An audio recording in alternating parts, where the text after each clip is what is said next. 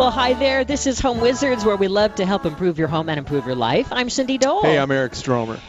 And you know, there's a whole thing out there about living in a way that is not only making you feel cool and relaxed, but it's saving materials, being green, being modern. And it's what Dwell Magazine is all about. Yeah, and the design sensibility, and we don't have to live with the old standards of what we think identifies what good design is. There's such new, amazing stuff out there. Totally. Possibility. So we always are out, Eric and I, in search of what you will want to know. You know what we do? We comb the streets of this great nation of ours. We're style spies. That's what we are. Yeah. We like to scope things out, Yeah. and we are bringing you all the latest trends and things at the Dwell on Design in Los Angeles event. And it's very cool because what it does is it gathers together everything that is design, very cool and trendy, architecture, landscaping, the new products and things like that. And we wanted to introduce you. We're going to talk with several people who are here today. With a guy who is with this company called Connect Homes. Now, Modular Homes is the big thing. Yes, it is, and especially when it's done right. And I walked into this particular home, and I just about died. I thought it was so beautiful. So I can't wait to talk to this His gentleman. name is Gordon Stott with Connect Homes. So, Gordon, welcome. Oh, guys, thanks so much for combing the streets and finding me. Yeah. And just so everyone knows, Gordon had a radio show in college called Silk Robe. It's not Silk Rope, Silk Road. Just Silk Robe. God, that would have been See, I thought it was Silk Robe, like you're wearing a robe, like off to the bathrobe. Either one of those two would have been better. Robe is really good. Yeah, no, it was... Anyway, Gordon, for people who don't know how modular homes have evolved, paint the picture for what you guys are creating. I mean, it has not only this really rich cedar wood flooring that extends out to the deck, but inside, and paint a picture for us. Oh, yeah. Well, thank you very much. I loved hearing your comments about walking in and almost dying. But basically, about 5 years ago, in the prefab marketplace, different companies started trying to go high-end, basically, trying to make really beautiful designs in a factory and then deliver them to customers, hopefully anywhere. And I say trying because 5 years ago, when the first companies that were doing it were starting out, they didn't really totally succeed, and they sort of still haven't succeeded in being able to deliver beautiful homes at a low price anywhere. And so my partner and I sort of left a previous company that was doing beautiful prefab homes to try to sort of do it affordably and make it so that we could deliver them anywhere in the world. And that's why we started Connect Homes. And we've spent the last 3 years developing a product that is a very beautiful, modern house using sort of all the latest in green technologies, beautiful materials. You were calling out the cedar deck. We have carbonized bamboo flooring. We have 100% recycled glass countertops that are made in Brooklyn, of all places. We have just sort of gone through and specified a beautiful palette of materials, put them in a very sort of smart layout, a series of smart layouts. We have several different home designs that one can choose from. And ultimately, we can build these almost to completion in a factory and then basically protect them as if they were shipping containers and then ship them using the intermodal network basically anywhere in the world. And doing this and leveraging the intermodal container network, which doesn't sound very sexy, but actually it turns out is very sexy, because with the shipping container network, you can basically ship anything as long as it's a shipping container anywhere in the world for about $5,000. So for less. And that's the intermodal shipping container network. That's what delivers us everything. Your computer, your phone, your clothes, everything gets sort of stuffed into containers, and then in various different places where the manufacturing is actually happening. And then once they're in the container, they're able to be handled by sort of specific chassis and trucks and trains and boats that forms this massively extensive and super efficient delivery network.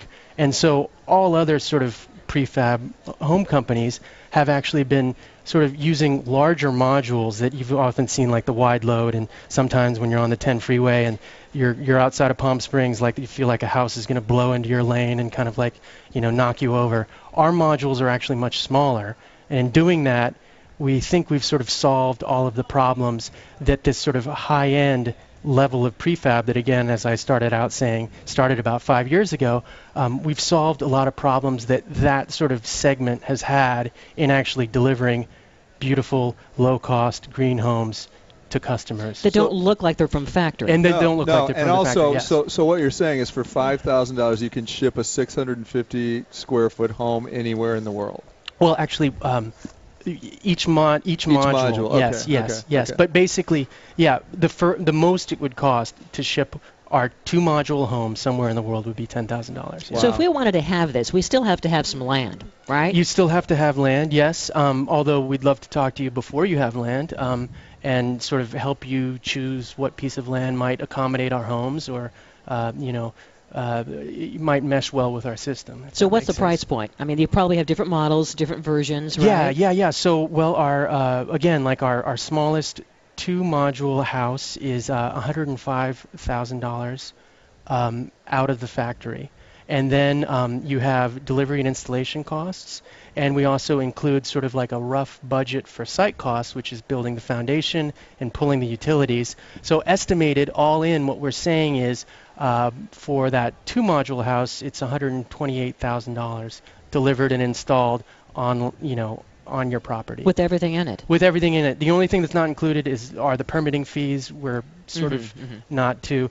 We can't really kind of like hone in on what those are exactly going to be. But yes, everything in it. So your high-end appliances, again, your beautiful countertops I was talking about, your casework, your bathroom fixtures, everything's in it, which I guess is also sort of a concept that most people maybe aren't used to with the prefab market, which does make it quite special, is that sort of everything shows up done. So you're getting appliances and fixtures from vendors that you guys have relationships with. Exactly. And then it shows up installed already. Exactly. And yeah. Built around it. Yeah, and since we're architects and designers, we're very sort of conscious about just what is the beautiful faucet, just right. What is the sort of beautiful materials to be using.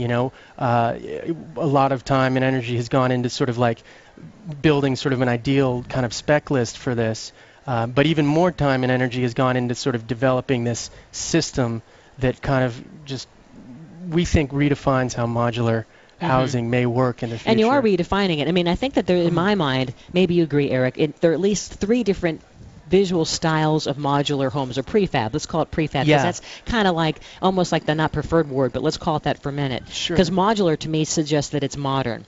But there's like the kind that looks like Disneyland. It kind of looks like it doesn't really belong in a neighborhood. That's a good way of There's the describing kind it. that's really modern and sleek. Yes. And then there's something in between that almost looks kind of like a trailer.